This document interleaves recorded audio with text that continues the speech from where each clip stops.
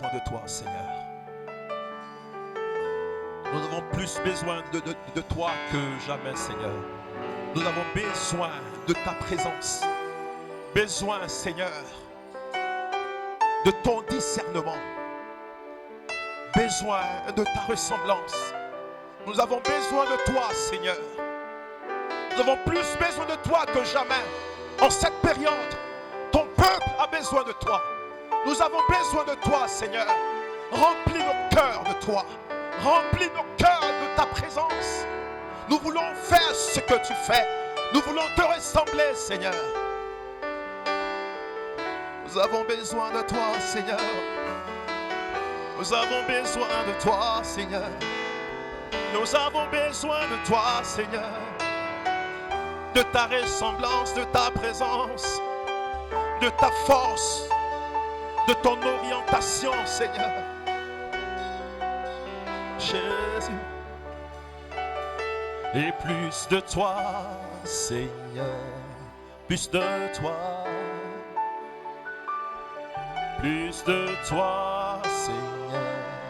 Plus de toi. Plus de ta ressemblance. Plus de toi.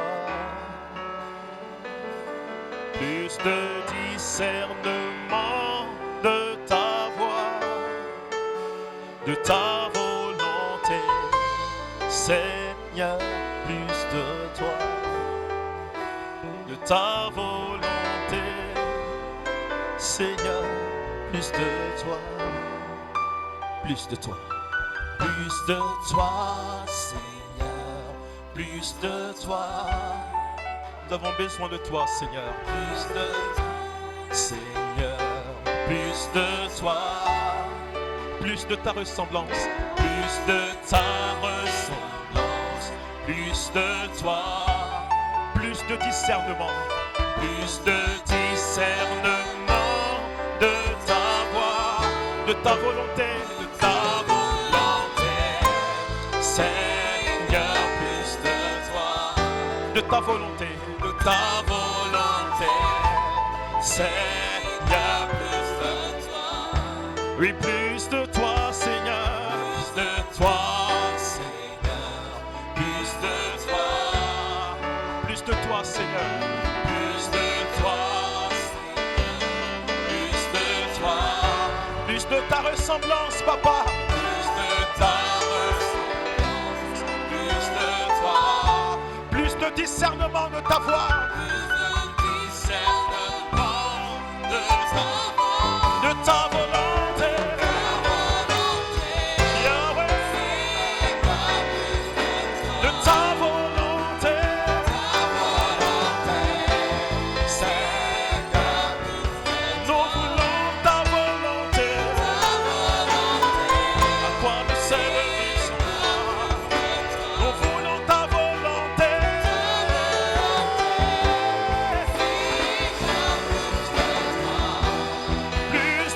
Seigneur, plus de toi, plus de toi, plus de toi, Seigneur, plus de toi, plus de ta ressemblance, plus de ta ressemblance, plus de toi, plus de discernement, plus de discernement de ta voix, de ta volonté. Viens nous enseigner, Papa. Viens nous instruire. Nous avons besoin de toi, éternel. Viens conduire nos vies de ta volonté.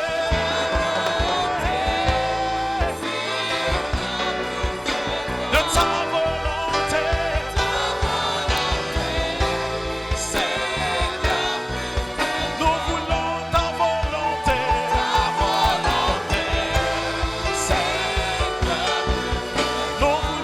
Ta volonté.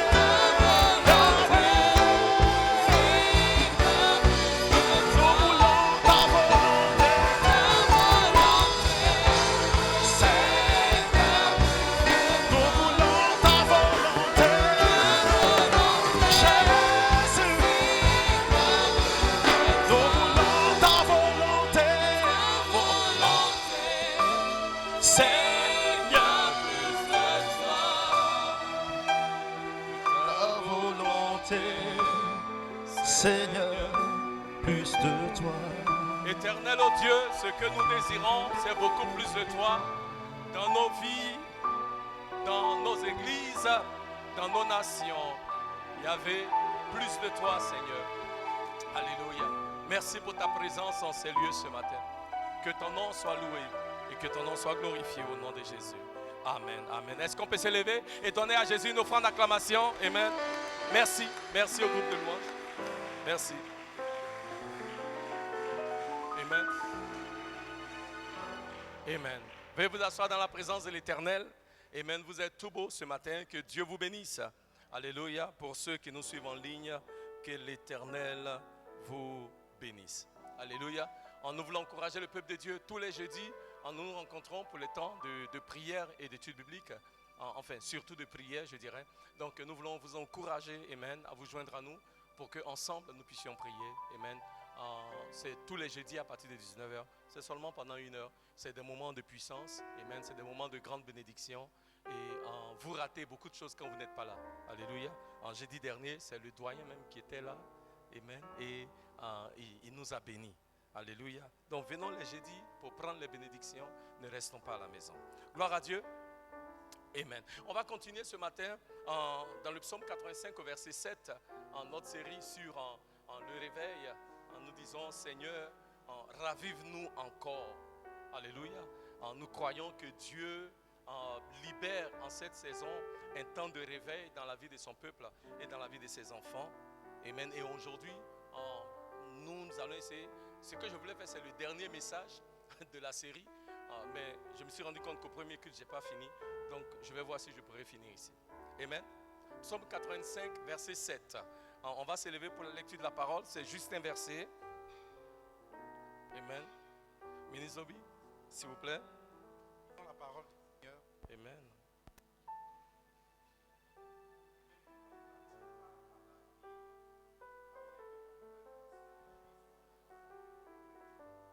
Amen. Tous ensemble. Ne nous rendras-tu pas à la vie afin que ton peuple se réjouisse en toi? Je ne vous entends pas. Hein? On reprend tous ensemble. Ne nous rendras-tu pas à la vie afin que ton peuple se réjouisse en toi? Amen. Dis après moi, oh Dieu, ravive-moi encore. Amen. Veuillez vous asseoir dans la présence de l'Éternel. Amen. Bien-aimés, nous avons dit qu'avec l'avènement de cette pandémie du coronavirus, amen, il y a beaucoup de personnes qui ont refroidi dans leur foi dans le Seigneur. Amen. Et en cette saison, l'Éternel veut susciter un réveil dans la vie de son peuple et dans la vie de l'Église. Alléluia. Amen. Le réveil, nous avons dit, c'est communiquer une nouvelle force, une nouvelle vigueur au peuple de Dieu. Alléluia. Amen. Et en cette saison, l'Éternel va nous communiquer une nouvelle vigueur, une nouvelle force. Amen. Reçois cette force de la part de l'Éternel dans le nom de Jésus. Alléluia. Et nous avons dit qu'aujourd'hui, plus que jamais, nous avons besoin du réveil pour 3 raisons. 1, parce que le réveil commence avec nous. Le réveil commence avec moi, le réveil commence avec toi. Et si nous allons expérimenter un réveil dans l'église, dans nos communautés, dans la nation, il faut que nous-mêmes d'abord, nous soyons réveillés. Alléluia. 2, nous avons besoin de réveil parce que le réveil va nous enraciner dans la foi. Amen. Alléluia.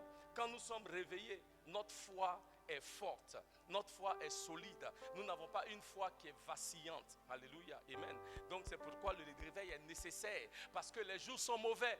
Et si nous ne sommes pas réveillés, amen, les épreuves de la vie, les difficultés que nous connaissons vont nous éloigner de la foi. Amen. Donc le réveil est nécessaire pour que nous soyons davantage enracinés. Amen. Troisièmement, le réveil est nécessaire, amen, parce que le réveil fait une différence aux yeux de Dieu. Quand une personne est réveillée, ça fait une différence pour le Seigneur. Alléluia. Parce que quand Dieu veut faire de grandes choses, quand Dieu veut opérer un renversement, quand Dieu veut manifester une grande délivrance, Dieu cherche un homme, une femme qui est spirituellement réveillé. Alléluia, amen. La Bible dit dans le livre d'Ézéchiel chapitre 22 verset 30 que l'Éternel dit, amen, que je cherche un homme qui est réveillé, une femme qui se tienne à la brèche, une femme qui est réveillée, alléluia. Et à cause de ces personnes-là, je ne détruirai pas la nation. Alléluia. Ma prière est que nous soyons ces hommes, nous soyons ces femmes, que l'Éternel réveille, amen, pour que nos nations soient quoi? Préservées. Alléluia. Pour que nos nations soient guéries. Pour que nos nations en soient restaurées. Amen. Aujourd'hui, nous avons trop de chrétiens qui vivent une vie chrétienne comme des victimes. Amen. Nous avons trop de chrétiens qui sont découragés ou trop de chrétiens qui sont rétrogrades. Alléluia. Donc aujourd'hui, plus que jamais, il y a besoin de réveil. Gloire à Dieu. Amen. Donc aujourd'hui, nous voulons parler un peu de comment pouvons-nous expérimenter personnellement ce réveil-là. Alléluia. Amen. Qui veut savoir comment nous allons expérimenter personnellement ce réveil? Si tu veux savoir, il faut dire, pasteur, dis-moi. Je ne vous entends pas. Alléluia. Amen. Si nous regardons le passage que nous avons lu dans le psaume 85 au verset 7, Minizobi, il dit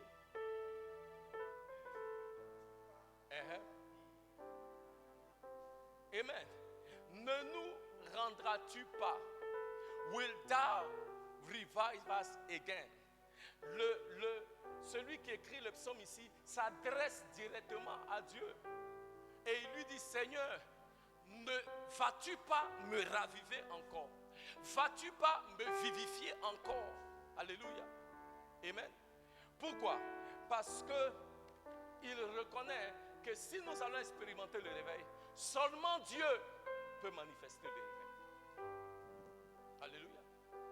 Ce n'est pas ton argent qui va te donner le réveil. Ce ne sont pas tes diplômes qui vont te donner le réveil. Ce n'est pas ton arrière-plan familial qui va te donner le réveil. C'est Dieu, lui seul. C'est lui qui est la source du réveil. Alléluia. Amen. Parce que vous savez quoi? Il y a 3 choses concernant le réveil que Dieu donne. Amen. La première, c'est que le réveil vient d'un Dieu qui se souvient de nous. Dieu va manifester le réveil. Parce qu'en cette saison, le Seigneur s'est souvenu de toi. Il dit dans le livre d'Esdras, chapitre 9, au verset 9. Esdras dans l'Ancien Testament, et nous allons lire. La Bible dit ceci, quand nous lisons Esdras, chapitre 9, verset 9. Il dit, car nous sommes esclaves, ou nous étions esclaves. Je préfère ça comme ça. Dans ma Bible, dans l'autre, c'est nous étions. Mais Dieu ne nous a pas abandonnés dans notre servitude.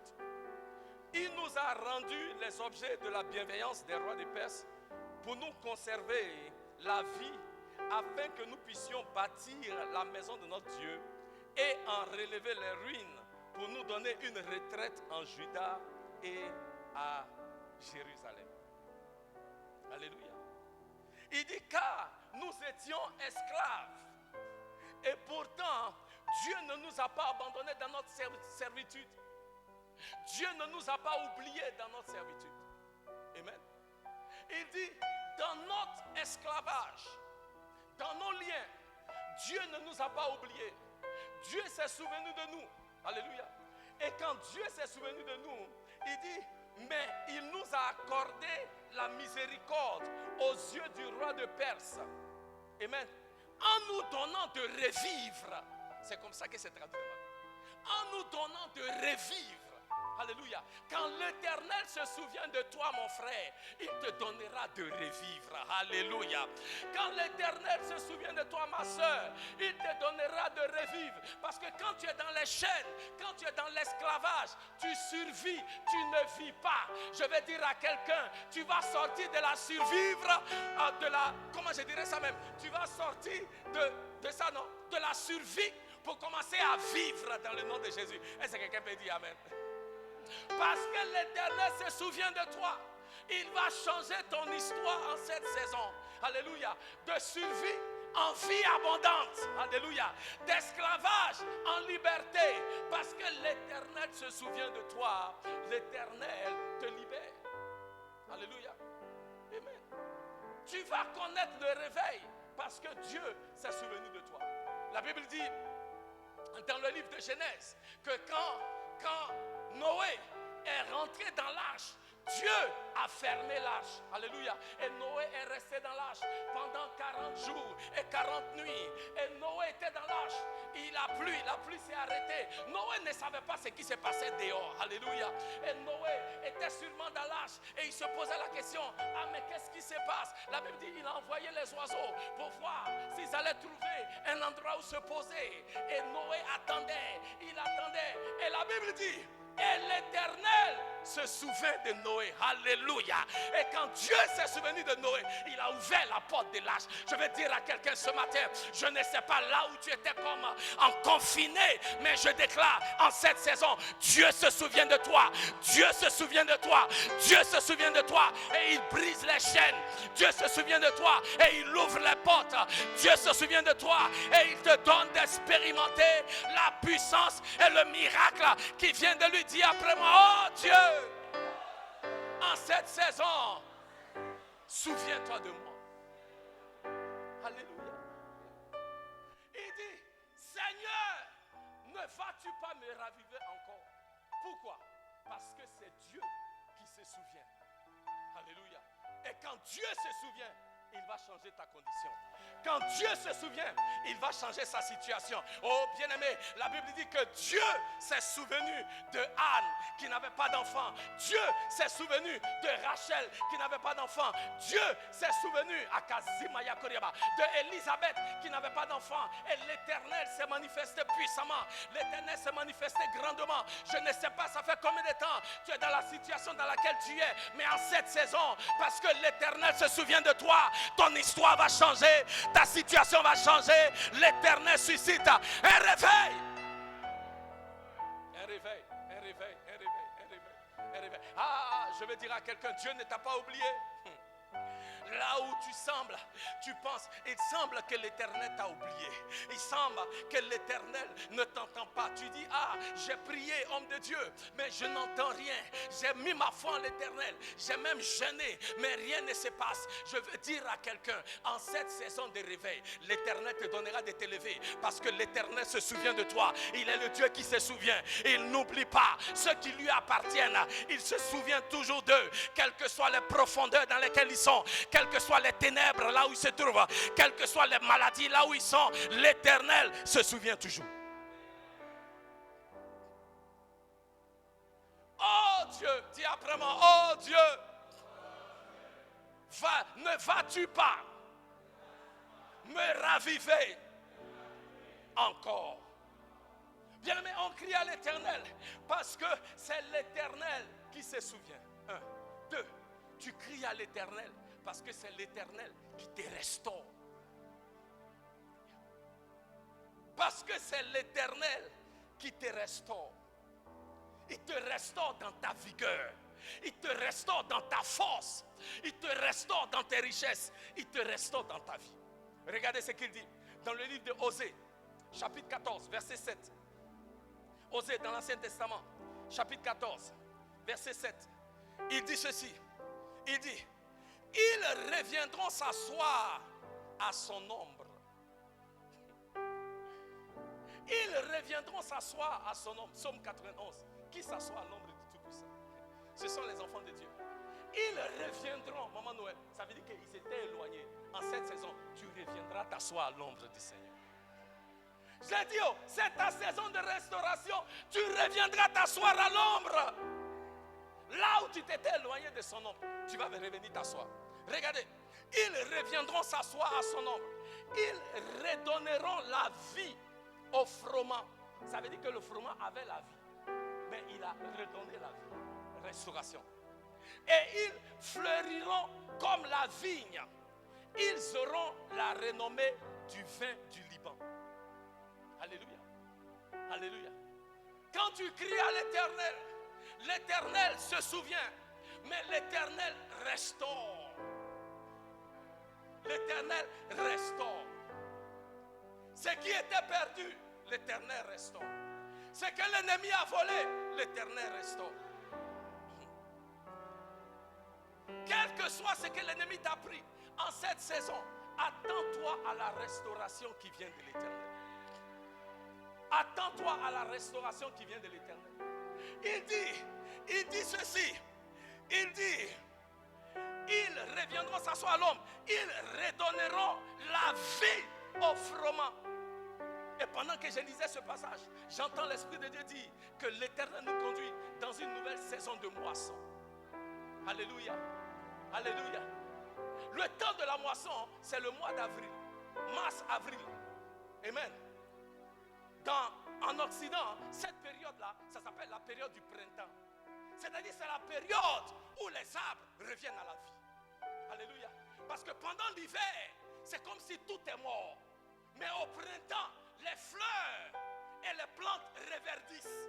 Ça revient à la vie.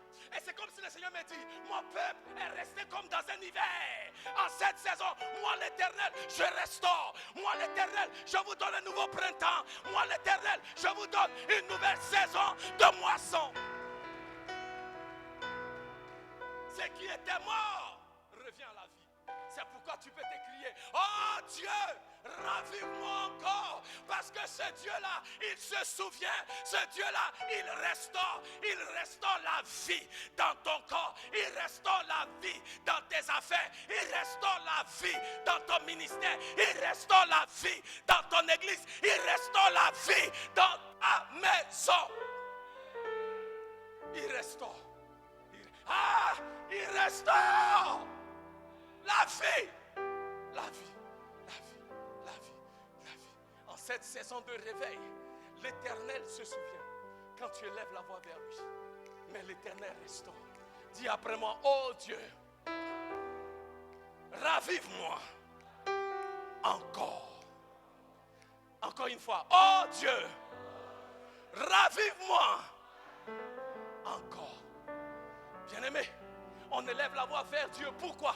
Parce que ce Dieu-là, il se souvient. Ce Dieu-là, il restaure. Mais troisièmement, on élève la voix vers lui, doyen, parce que ce Dieu-là, il répond. Il dit dans le livre de Jérémie, chapitre 33, verset 3, il dit, invoquez-moi dans les moments de détresse et je vous répondrai. Il répond toujours. Il répond toujours, il répond toujours, il répond toujours. Il dit dans le livre de Romains chapitre 13 au verset 1 que quiconque invoquera le nom de l'Éternel, Romains chapitre 10 verset 13, quiconque invoquera le nom de l'Éternel sera sauvé. Quiconque invoquera le nom de l'Éternel. Ce Dieu-là, il répond toujours. Il répond toujours. Quand nous élevons la voix vers lui, il répond toujours. Dis après moi, oh Dieu, ravive-moi encore, car tu es fidèle à exaucer la prière du juste. Bien-aimé, il répond, mais pas à n'importe qui. Je peux dire ceci. Il répond quand nous traversons des situations difficiles. Et aujourd'hui, en cette saison de pandémie, nous pouvons avoir cette assurance-là que Dieu qui est sur son trône, Dieu qui est fidèle, il nous entend et il nous exauce. Dans les moments de difficulté, dans les moments d'épreuve, quand nous élevons la voix vers lui, l'Éternel répond toujours. Alléluia.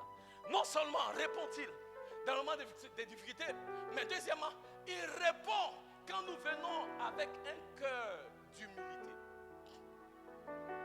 Il dit dans le livre de 2 Chroniques, chapitre 7, verset 14, si mon peuple sur lequel est évoqué mon nom s'humilie,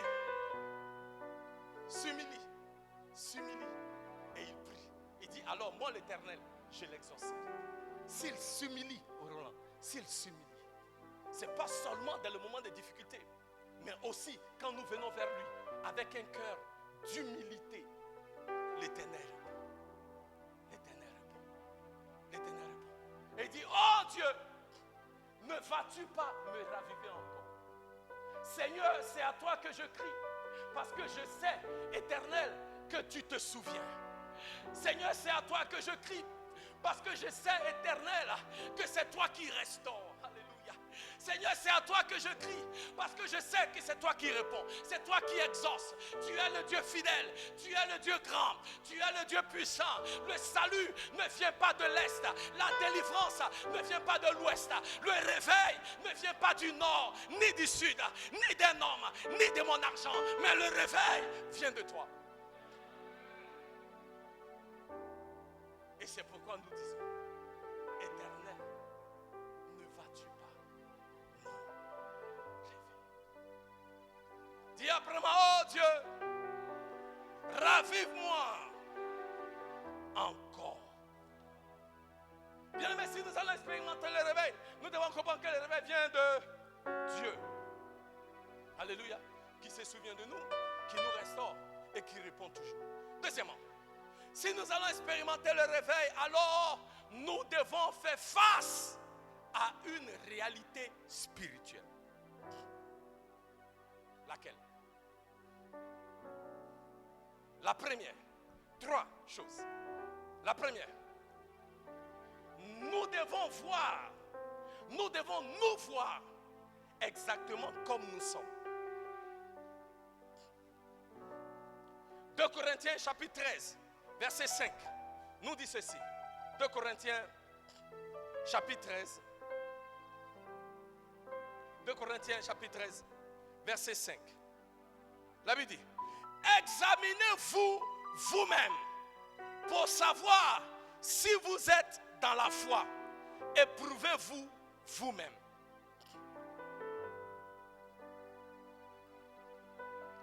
Examinez-vous vous-même pour savoir si vous êtes dans la foi.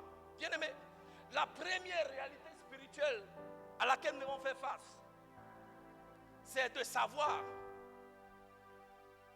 qui nous sommes. C'est d'être honnête avec Dieu et reconnaître que nous sommes vides spirituellement et que nous avons besoin d'aide. Il dit, examinez-vous vous-même pour savoir si vous êtes dans la foi.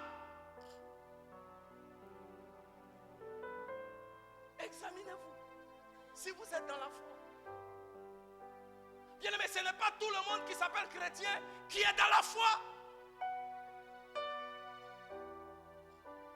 Cette semaine, j'écoutais une émission à la radio et ils ont dit quelque chose qui m'a interpellé. Parce qu'ils ont parlé de la chrétienté, être chrétien et vivre selon les valeurs chrétiennes. C'est une chose que d'être chrétien, mais c'est une autre que de vivre selon les valeurs chrétiennes. Les valeurs qui doivent régir la marche et la vie d'un enfant de Dieu. Bien-aimé, tu es chrétien, mais est-ce que tu vis selon les valeurs chrétiennes? Parce que le problème est que nombreux parmi nous, on est plus ivoiriens que chrétiens. Nombreux parmi nous, on est plus Agni que chrétiens. Moi, je suis Agni, du groupe des Akans. Oui, oui. Nombreux parmi nous, on est plus attachés à notre tradition et à notre culture qu'à la foi chrétienne. Et la Bible dit, il faut regarder pour voir si tu es encore dans la foi. Parce que les choix que nous faisons au quotidien ne sont pas basés sur des valeurs chrétiennes. Quand vous allez au village et il y a un décès et on vous dit, dans la tradition du village, tout le monde doit se raser. Toi qui es enfant de Dieu, qu'est-ce que tu fais? Tu te rases comme tout le monde ou tu te tiens et tu leur dis, moi je suis un enfant de Dieu, je ne marche pas selon les traditions du village, je marche selon les valeurs du Seigneur. Et nombreux parmi nous, nous devons nous poser la question de savoir, est-ce que nous observons les valeurs qui sont des valeurs chrétiennes? Qui sommes-nous réellement? Comment est notre marche avec le Seigneur? Deuxièmement, non seulement devons-nous voir si nous marchons selon des valeurs chrétiennes, mais encore, nous devons voir, nous devons reconnaître Dieu pour qui il est et lui donner la place qui lui revient à lui seul. Bien-aimé, parce que quand tu es enfant de Dieu, c'est Dieu qui est Seigneur. Tu n'es pas Dieu. Et nombreux parmi nous, enfants de Dieu, nous voulons dicter à Dieu comment nous on doit marcher dans ses préceptes. Ce n'est pas toi qui dictes. Dieu dit et puis toi tu suis. Et nombreux parmi nous, nous avons besoin de reconnaître qui Dieu est et lui donner la place qui lui revient dans nos vies. Mon frère, ma soeur, tu n'es pas Dieu. Et nombreux parmi nous, nous avons besoin de descendre de notre piédestal. Parce qu'il est un seul Dieu, créateur du ciel et de la terre, Alpha et Oméga, le Dieu tout-puissant, l'El Shaddai, l'El Gibor, le Dieu qui existe de par lui-même, celui-là même à qui a créé toutes choses, à qui toutes choses sont soumises. Il est le Dieu de gloire, il est le Dieu puissant, créateur de l'univers. Il est ce Dieu-là qui accomplit l'impossible. Il est ce Dieu-là qui tient tout l'univers dans ses mains. C'est Jéhovah qui est Dieu. Et nous devons apprendre à reconnaître ce Dieu-là pour qui il est. Et ne pas nous-mêmes nous comporter comme si c'est nous qui étions Dieu. Troisièmement, il est important que nous reconnaissions le péché pour ce que le péché est. Abominable aux yeux de l'Éternel. Bien-aimés, si l'Église, si nous allons connaître le réveil, alors nous devons confronter ces trois réalités spirituelles. Nous voir réellement pour qui nous sommes. Nous examiner pour savoir est-ce qu'on est encore dans la foi. Nous devons reconnaître qui Dieu est et arrêter de croire que c'est nous qui sommes Dieu. Et troisièmement, nous devons voir le péché pour ce que le péché est. Nous devons le confesser. Nous devons nous repentir du péché. Et nous devons abandonner le péché pour toujours. L'un des problèmes que nous avons dans nos églises, l'une des raisons pour lesquelles il n'y a pas de réveil dans l'église, l'une des raisons pour lesquelles nous ne connaissons pas de réveil dans nos communautés, dans nos nations, c'est parce qu'il y a trop de chrétiens qui jouent encore avec le péché. Trop de chrétiens qui jouent encore avec le péché. La Bible dit dans le livre de Jean, chapitre 8 au verset 11, que quand Jésus a parlé à la femme qui avait été surprise dans l'acte de l'adultère, Jésus lui a dit, va et ne pêche plus. Va et ne pêche plus. Bien-aimés, arrêtons de tolérer le péché parmi nous. Arrêtons. Il fut un temps là où l'église, où les enfants de Dieu étaient très radicaux, vraiment impitoyables sur certains actes. Mais aujourd'hui, même l'église tolère certains agissements. Même l'église tolère certains comportements qui ne sont pas en ligne avec les voies de l'Éternel. Et tolérer le péché dans l'église va tuer le réveil dans la vie du peuple de Dieu et dans la vie de l'église. Je dirais ce que Élie a dit dans le livre de 1 Roi, chapitre 18, verset 21. Sur Mont Carmel, devant tout Israël, il leur a dit, écoutez, si c'est Baal qui est Dieu, adorez-le. Mais si c'est Jéhovah qui est Dieu, adorez Jéhovah. Bien-aimés, nous sommes sous la dispensation de la grâce. Je peux vous dire ceci. La grâce n'est pas une licence pour aller commettre le péché. La grâce n'est pas une autorisation pour commettre le péché. La grâce n'est pas Dieu qui vous dit, ah, vous pouvez pécher, c'est pas grave. Après tout, tu iras au paradis. Non, la grâce, ce n'est pas ça. Ce n'est pas ça. Bien au contraire, quand tu as expérimenté la grâce de Dieu, tu vas te retenir, tu vas rester loin du péché. Parce que tu reconnais ce que Dieu a fait pour toi. Parce que tu reconnais que tu ne mérites pas tout ce que l'Éternel a fait. Et en reconnaissance à ce que Dieu a fait, tu te préserves pour lui. Parce que la Bible dit que sans la sanctification, aucun homme ne verra Dieu. Et comme tu veux le voir, donc tu restes loin du péché. Tu te sanctifies. Il faut que l'Église cesse de trouver des excuses pour tout ce qui est péché. Amen. Christ a versé son sang à la croix pour nous affranchir de la domination du péché. Tu ne dois plus vivre. Nous ne devons plus vivre sous la domination du péché. En Christ, nous sommes ceux-là qui doivent triompher sur le péché. Et c'est pourquoi l'Éternel a besoin de nous réveiller. C'est pourquoi nous avons besoin de réveil. Parce que quand le réveil arrive, le réveil va susciter en toi et moi un dégoût pour tout ce qui est injustice. Reconnaissons le péché pour ce qu'il est.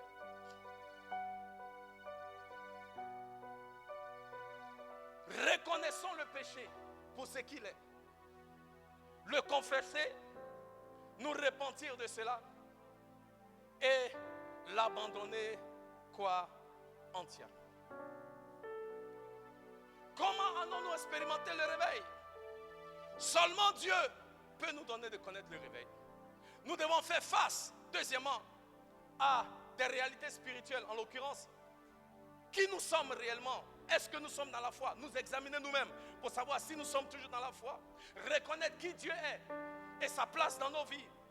Et nous devons voir le péché pour ce qu'il est. Amen. Le confesser, nous repentir du péché et l'abandonner entièrement. Alléluia. Troisièmement, si nous allons expérimenter le réveil, alors nous devons cultiver un désir ardent d'expérimenter le réveil. Nous devons désirer le réveil. Nous devons avoir un cœur qui aspire à être réveillé. Bien-aimé, il y a une seule manière d'être chrétien. Il n'y a pas deux manières d'être chrétien.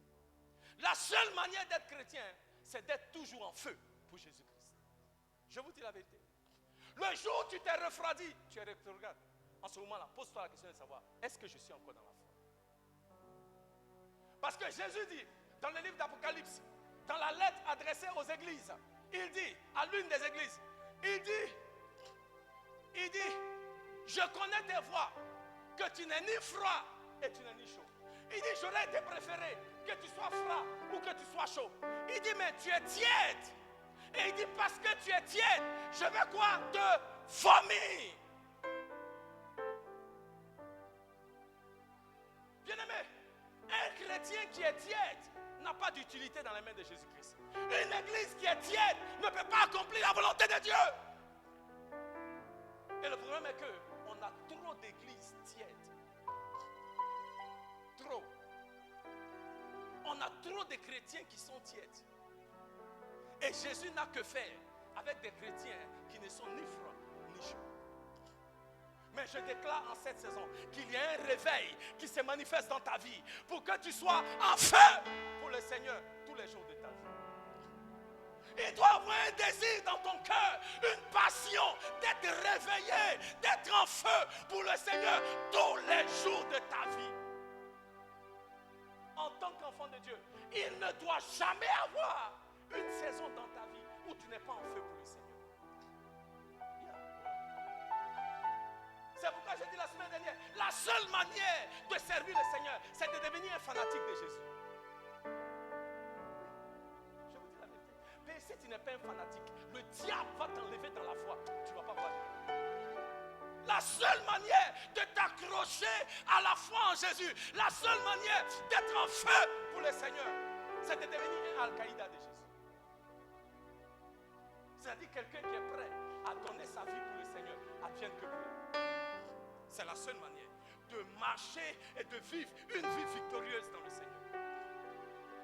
Parce que le jour où tu deviens un peu tiède, la Bible dit, soyez sobres, car le diable, comme un lion rugissant, rôde, cherchant qui il va dévorer. Le jour où tu deviens tiède, comme les Ivoiriens disent, net, doyen, le bonhomme il est sauté sur toi. Yeah. Pourquoi il rote? Parce qu'il sait, quand tu es en feu pour le Seigneur, il ne peut rien te faire. Mais le jour où tu es devenu melon façon là, c'est fini. Et c'est pourquoi, si l'Église va connaître le réveil, il faut que nous ayons un cœur qui, chaque jour, à chaque instant, désire être en feu pour le Seigneur. Un cœur qui veut beaucoup plus du Seigneur. Un cœur qui veut être utilisé par le Seigneur. Un cœur qui veut expérimenter le Seigneur à une autre dimension.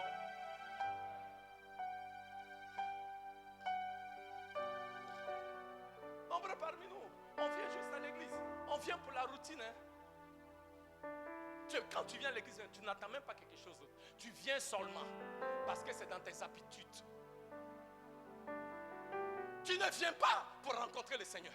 Tu ne viens pas parce que tu as soif d'être dans la présence du Seigneur. La preuve, regardez autour de vous. Les gens ne viennent pas à l'église, pas à cause des distances, des barrières. Mais les gens sont assis à la maison, ils sont confortables. Cold. Ça veut dire froid. Cold, c'est froid. Alléluia. Mais je vous ai dit, j'ai entendu l'Esprit de Dieu dire que en hiver, il fait froid. Mais au printemps, le froid disparaît. Et il y a une nouvelle vie qui apparaît. Et Dieu dit, je vous donne un printemps ici à Bethel-Langrée. Oh, il y a 2 personnes seulement qui ont dit Amen. Yeah. La tiédeur là, ça va nous quitter. Alléluia. J'ai dit, oh, la tiédeur là, ça va te quitter. Ça va te quitter. Je vais vous donner un témoignage. Mon temps est arrivé. Je n'ai pas préparé, ce n'est pas fini. Mais c'est pas grave, je vais finir avec ce témoignage-là. Il faut que je m'arrête à midi. En 1994, j'ai donné ma vie au Seigneur. Et j'ai commencé ma marche avec Dieu. Et 1 an après, dans ma conversion, un soir, je suis allé à la prière. Je ne vais même pas rentrer dans les détails parce qu'en fait, j'accompagnais ma femme à la prière. Mais c'est une histoire de fou en fait. J'ai accompagné ma femme à la prière parce que je pensais que le responsable de la prière, notre père spirituel, je pensais qu'il cherchait ma femme. Donc je ne voulais pas la laisser seule aller à la prière. Écoutez-moi. Donc je l'ai accompagnée à la prière. Et on arrive à la prière. Et je prie. Et pendant que je prie, je me retrouve dans la présence du Seigneur. Et quand je sors de cette présence, je réalise que non, il me faut beaucoup plus du Seigneur dans ma vie. Et je prends un engagement devant Dieu. Et j'ai dit, Seigneur, je veux te servir beaucoup plus. Parce que je trouve que je ne fais pas assez pour toi. Et le Seigneur me montre que je suis venu au Seigneur en 1994. De 1988 à 1994, là où je travaillais, tous les soirs, tous les vendredis soirs, on va à ce qu'on appelle happy hour. C'est-à-dire qu'avec tous mes collègues, à 18h, on arrête le travail. Et tout le bureau se retrouve dans un bar. Et quand on est là-bas, on boit, on fait la fête jusqu'à tard dans la nuit. Et bien aimé, j'ai fait ça fidèlement jusqu'à ce que je rencontre le Seigneur. Tous les vendredis, je n'ai jamais manqué happy hour. Vous comprenez? Oui. Tous les vendredis, j'étais au bar. Et le Seigneur me fait comprendre. Regarde comment tu étais engagé à aller au bar les vendredis. Et j'ai dit, Seigneur, si je peux avoir un engagement comme ça pour aller au bar, certainement, je peux prendre un engagement comme ça avec toi. Bien aimé, je parle d'un cœur qui est assoiffé, qui désire le Seigneur, qui veut avoir le Seigneur. C'était en 1995. Et bien aimé, pendant 4 ans, j'ai pris l'engagement devant Dieu d'aller à la veillée de prière de l'église. La veillée de prière, c'était tous les vendredis, de minuit à 6h du matin. Et pendant 4 ans, tous les vendredis, sans rater un seul vendredi, je suis allé à la veillée de prière. J'ai refusé de prendre congé au travail parce que je leur ai dit, si je suis en congé, je vais rater la prière du vendredi. Je ne parle même pas d'aller à l'église. Ça, les dimanches, ça même, il n'y a même pas de discussion. C'est peut-être des fois, je m'assois. Il y a des gens qui demandent pourquoi tu n'étais pas à l'église. Ah non, pasteur, je me suis réveillé comme ça. J'ai dit, aïe, Ça, c'est quelle façon de chrétien, ça? Bref. Tous les vendredis, bien-aimés, pendant 4 ans, le jour où je me suis arrêté, c'est en 1999, pour nos 5 ans d'anniversaire. J'ai dit à notre évêque, j'ai dit, papa, ça fait 5 ans que je suis marié. Je veux aller en France avec ma femme pour marquer nos 5 ans d'anniversaire de mariage. Et c'est comme ça, c'était la première fois, après 4 ans, en quoi, 95, oui, 99, après 4 ans, que je ratais la veille de prière. Parce que je suis parti en France avec ma femme. Et on est resté 7 jours. Et puis on est revenu.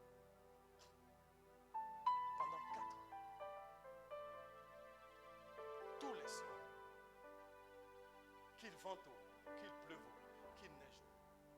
Quel que soit le temps, on était là. Et en 1996, je me rappelle, il y a eu ce qu'on appelle la tempête, la plus grande tempête de neige que les États-Unis aient connue. En 1996. Vous aviez la neige qui s'élevait jusqu'au plafond là-bas. Et on était chez nous à la maison. Et la tempête s'est faite en semaine. Le vendredi, on ne pouvait pas sortir. Personne ne pouvait sortir. Il n'y avait pas de transport, les voitures ne circulaient pas. Il y avait la neige partout. La neige même dépassait notre porte. Et le vendredi est arrivé. Et j'ai dit à ma femme, c'est vendredi. Ma femme dit, ah chérie, ça là, la tempête là, on a dit, hein, on ne peut pas sortir, il n'y a personne dehors. J'ai dit, chérie, j'ai dit au Seigneur, tous les vendredis, je dois être à la prière. En tout cas, il faut qu'on trouve un moyen. Bien aimé, on a porté des bottes. On a porté 4 manteaux. Chacun a pris mettre sur lui. Ouais. Il n'y a pas bus, il n'y a rien. Quand tu ouvres ta porte là, c'est la neige qui t'accueille. Je lui ai dit, assois-toi. J'ai enlevé toute la neige de devant notre maison. On est sorti et on a marché pendant 45 minutes en hiver, assumant une température de peut-être moins 4 ou moins 5. Pendant 45 minutes, de là où on habitait jusqu'à l'église. Quand on est arrivé, c'était la prière de l'église. On était sur le montagne. Et on a commencé à prier. Et on priait. Et je ne sais pas à quel moment, à un moment dans la prière, je priais en esprit. Et pendant que je priais, j'entendais ma voix me parler à moi-même. Je priais en esprit et ma voix me parle. Et c'est comme si le Seigneur dit, ainsi dit l'Éternel. Moi-même je parle et puis moi-même la parole me revient. Et le Seigneur me dit, il dit, j'ai vu ton engagement. Et je veux que tu saches, le jour où tu n'auras plus de force pour prier, moi-même je vais prier pour toi.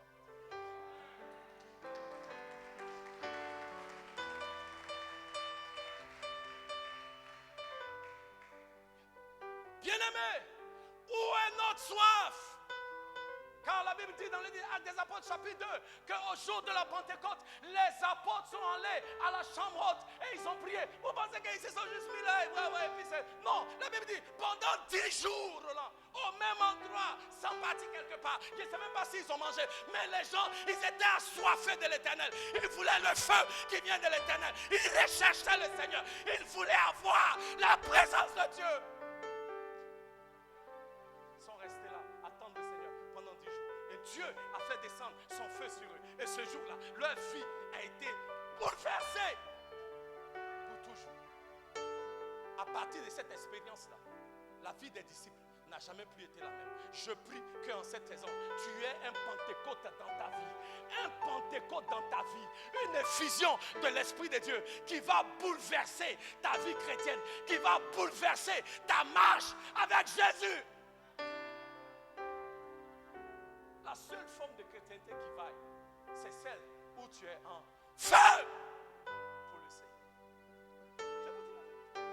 Il n'y a pas une autre forme de chrétienté. Seule forme de chrétienté. Celle où tu es en feu pour le Seigneur. En feu pour le Seigneur. On va s'élever.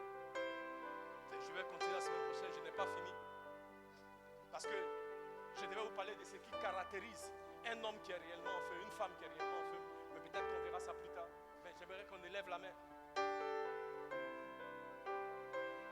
Élève la main et dit, Seigneur, ravive-moi encore.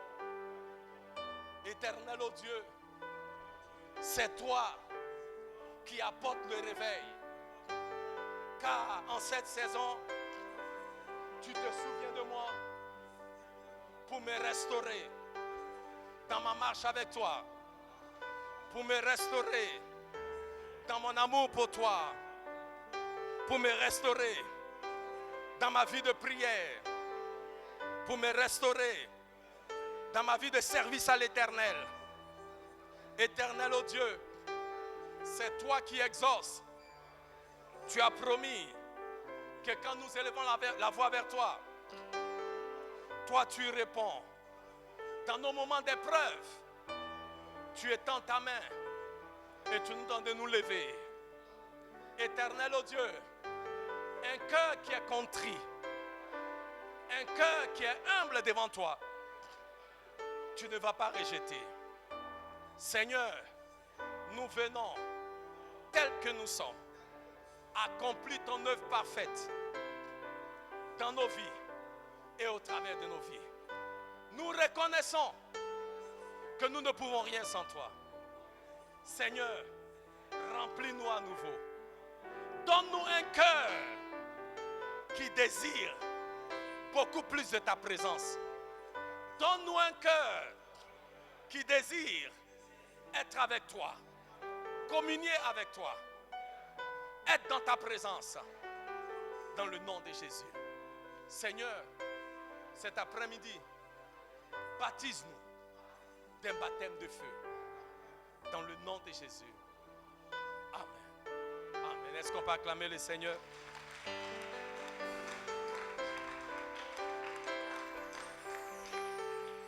Élève les mains vers l'Éternel. Seigneur, merci pour ces mains qui sont élevées vers toi. Éternel, ô Dieu, renouvelle le zèle que nous avions pour toi. Restaure, restaure, restaure. C'est toi, ô Dieu, que nous invoquons. Il y avait là où tu te manifestes par ton esprit, ce qui était mort revient à la vie. C'est un jour nouveau qui s'élève dans nos vies. Un soleil nouveau qui brille sur nous. Yahvé, tu es le Dieu grand et tu es le Dieu fidèle. Yahvé, tu es l'Éternel El Shaddai. Que ton nom soit béni. Car oui, nul n'est comme toi et nul ne peut faire les choses que tu fais. Seigneur, merci pour le réveil que tu suscites dans cette église, dans la vie de ton peuple et dans cette communauté. Seigneur, à partir d'aujourd'hui, notre marche avec toi ne sera plus jamais la même. Merci Seigneur de nous élever à un autre niveau de gloire en toi, dans le nom de Jésus. Que ton nom soit élevé, ô Dieu, que ton nom soit glorifié. Béni sois-tu dans le nom de Jésus. Et le peuple de Dieu dit Amen. Amen. Alléluia. Que Dieu vous bénisse. Amen. Nous voulons rendre grâce à l'Éternel pour la vie de Ange. Amen. Je crois aujourd'hui c'est son dernier jour. Ange a été, le Seigneur l'a béni. Donc on la voit, il va comme notre missionnaire à Boisseau. C'est là-bas il va travailler. Alléluia. Donc c'est là-bas il sera. Amen. Gloire à Dieu. Donc, à cause du temps, au troisième culte, je vais lui demander de rester. Au troisième culte, on veut prier pour lui. Amen. Gardez Ange en prière. Priez pour son épouse et leurs enfants. Amen. Que l'Éternel les accompagne, que Dieu les utilise. Alléluia.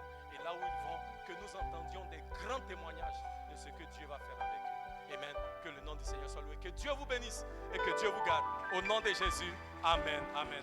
À jeudi.